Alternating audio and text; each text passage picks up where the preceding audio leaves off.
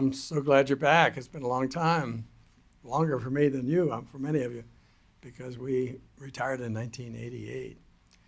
But this is amazing that this many people have gathered this long ago, from this long ago. So we'll join you tomorrow on Saturday, but welcome on Friday.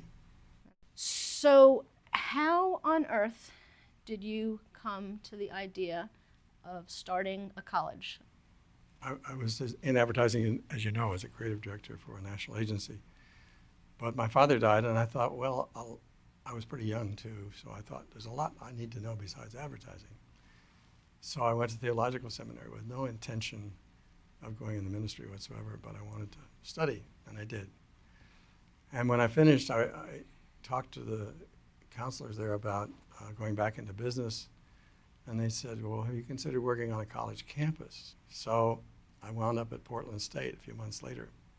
Portland State is a commuter school of then about 10,000 students.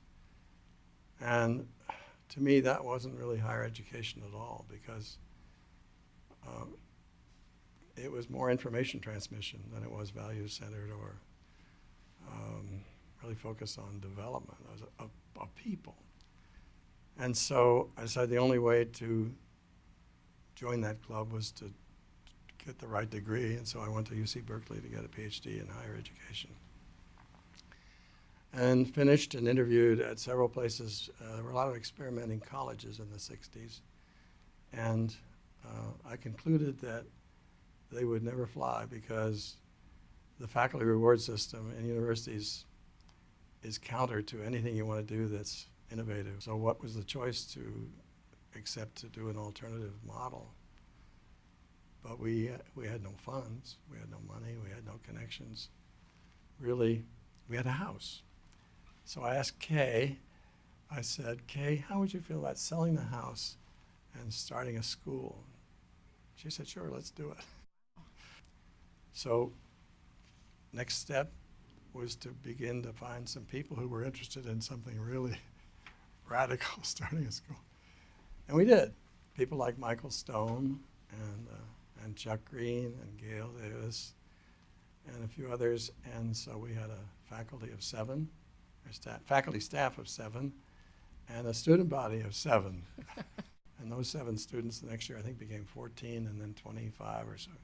So it grew very incrementally but very slowly.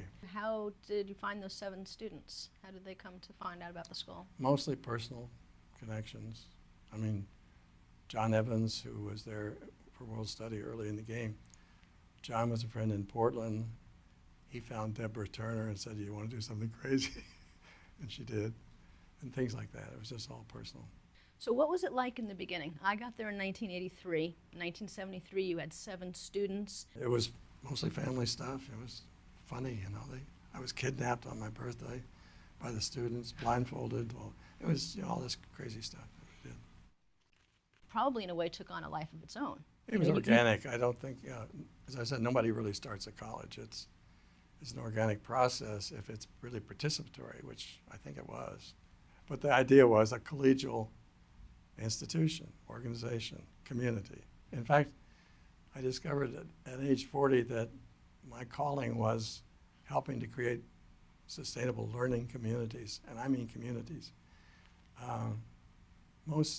A lot of colleges or especially universities, are pretty hierarchical, and we didn't really want that. What did you want students to learn? The idea was during the first year was to give students a real healthy taste of Western intellectual history. Where did we come from?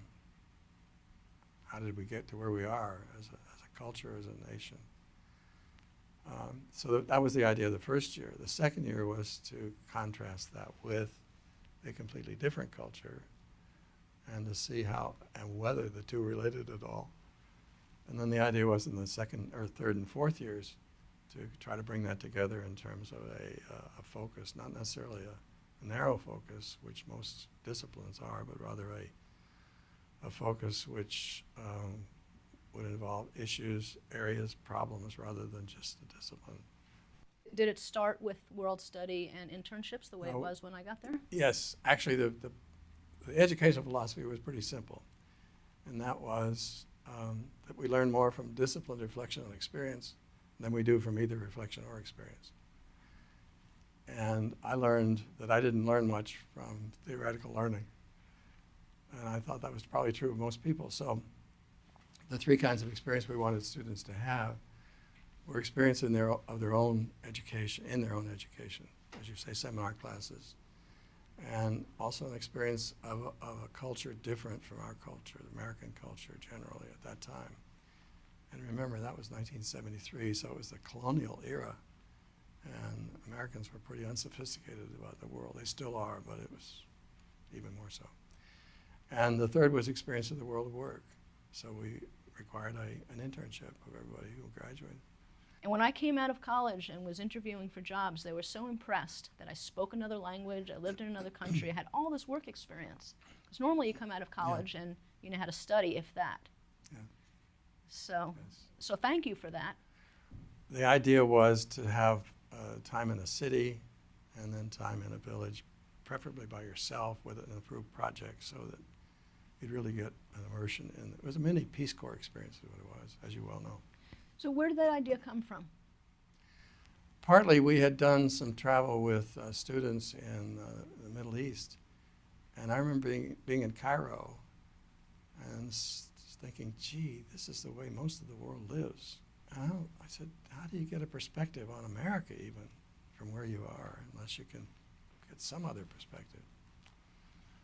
So that seemed to be an important part of the school.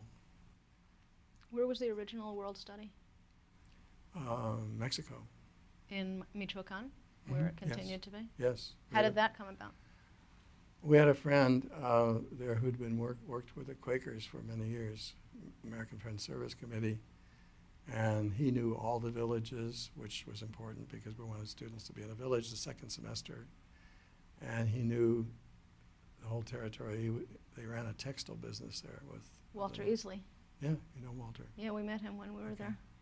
Anyway, so that one was easy to start because Walter was interested. And then soon thereafter, we went to China to see if we could set up a program there, and did. And then it was Russia, Nepal. Those are the 4 countries that people went to the second year. You changed a lot of people's lives. People came back from World Study, different people, as you well know. How do you feel about that? Great. We're trying to encourage this at Presidio, too. But people are already there anyway. They're concerned about problems abroad and problems here. Well, we envisioned a sustainable, self-sustainable college, which is why we looked at growing Christmas trees and the whole catering business that we started on the permanent campus and so on. So we wanted to earn outside funds as well as tuition so we could really sustain it. If somebody asked you to describe World College West in a sentence or two, what would you say?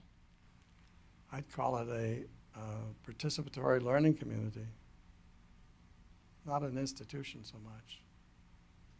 I think going out into the world from World College West, the world either responded like, what? Or, wow, that sounds like you have a lot of life experience, work experience, you speak another language, you've lived in another culture. I think probably I was jealous because in college, all I did was study and finish early and so on, but I didn't have any of these experiences. I said those things would have been meaningful to me. My philosophy is that meaning really grows out of commitment, and that commitment's kind of the mother of meaning. And therefore, if you don't ever get committed to anything, which people did in World Study, I think. In fact, what amazing to me, was that instead of going home to their families at Christmas, they'd go visit their World Study families. And I said, that's really connection. So anyway, I think, as I say, I may have been jealous of the college experience because I missed it. We're thrilled that you're going to be there. It was just a crazy idea. I posted something on Facebook. I started this page for World College West and said, let's have a reunion. And then Becky and I started doing it, and Mike and other people involved in different ways. That's and great. We have almost 200 people coming in from all over the world. That's incredible. We have people from Australia, Cambodia, Yeah, Alden said he was coming London. from North Carolina. Well, my kind of considered opinion, or at least idea, is that I think anybody who is willing to come to World College West is probably leading a more interesting life and a more creative life than they might have otherwise. I'm not sure that they've accomplished their own goals, which may have changed too, but I really think the reasonable adventure label is pretty true of most World College West graduates, at least the ones I know. And I think they followed that path, whatever that path may be.